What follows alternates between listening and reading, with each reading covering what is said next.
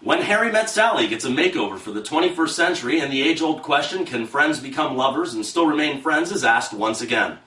Hello there, everyone. I'm movie critic Nick Iacubucci, here as always for RealScreenReviews.com, and our next movie review is the comedy No Strings Attached. This film opened on Friday, January 21st, 2011, and it stars Natalie Portman, Ashton Kutcher, Kevin Kline, Lake Bell, Mindy Kaling, and Carrie Ools. This film comes to us from legendary comedic filmmaker Ivan Reitman, the director of one of my all-time favorite films, Dave, Ghostbusters Meatballs, and the all-time classic Stripes, also with Bill Murray. Now, after he took a couple of years of a break, Ivan Reitman now finds himself back in the familiar director's chair doing what he does best, and that would be making R-rated comedies.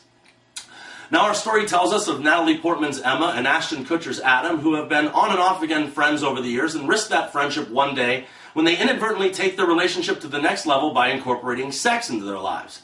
Now, they really didn't mean to infuse any kind of conflict into their situation and don't want to see it ruined, so they immediately institute a no strings attached policy. This basically is what it is. There will be no fighting, and they will live without jealousy between them. No drama will exist, and especially no expectations. This rule essentially means that they can live the life of a single person with nothing restraining them from pursuing other interests as they desire, but the catch to this whole deal is that they cannot fall in love. The film then goes on to explore who will be the first of the couple to break their well-crafted rules, and just like the aforementioned Harry and Sally, can their initial bond endure it? Well, people, the originality and true freshness of this story is what appealed to me throughout this project, and I loved how it kind of turned the regular romance and comedy on its head by breaking many known cliches. Put simply, she's the man of the tale and he is the girl of the story. Emma constantly boasts sex without commitment and rarely flinches when it comes to displaying any kind of emotion and or affection. Adam, on the other hand, cries more than a few times and is quite an emotional character from beginning till end. No Strings Attached raised real questions about real people in a real relationship, and though it's not on caliber with, say, Ghost or The English Patient, it is a solid and strong romance throughout. This is also a rated R comedy with equivalent dialogue and situations. In the style of the recent comedy that I also enjoyed called Going the Distance with Drew Barrymore, this film really holds no punches when it comes to raunchy themes or subject matter. It really is the way people talk to each other, and it adds a bit more realism when getting to know these people. The movie is shockingly funny in many spots, and seeing as many of those scenes involved naked or half-naked persons, I couldn't help but think of Carrie and the girls from Sex and the City more than a few times as well. The scenes of passion between the two leads were very hot and steamy, and when you combine this with her turn in the movie The Black Swan, Natalie Portman has definitely graduated to sexy and sultry. She would have been my last choice 10 years ago to predict as the next Kathleen Turner or Ellen Barkin of her generation, but she can be passionate, sexy, and all-around beautiful.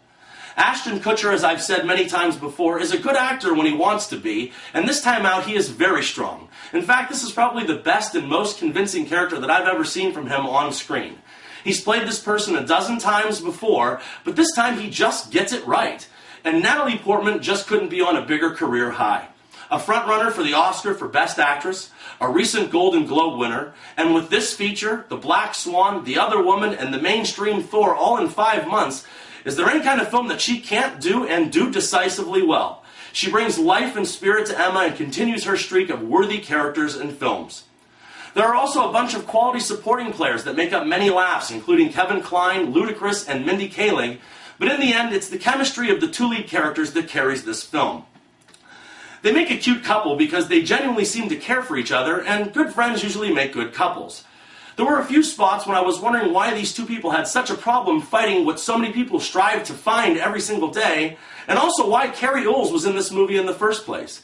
He shows up as Dr. Don't Know, Don't Care, and seems to have no purpose in the film other than to walk around and look like a creepy pedophile.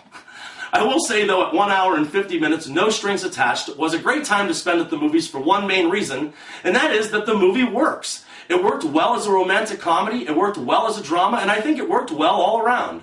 A friend of mine recently commented to me about the terrible film How Do You Know with Reese Witherspoon. He said that if you go to a romantic movie and you really don't care whether or not the couple even gets together by the end of the film, then what was the point of seeing it in the first place? And in relation to that film, he couldn't have been more correct. However, this film is the complete opposite, with rich and funny characters that you just can't help but care for, and a journey well worth taking. A very favorable 3 stars out of 4, and remember people, I'm not always right, only when it comes to the movies. And thank you very much for your attention.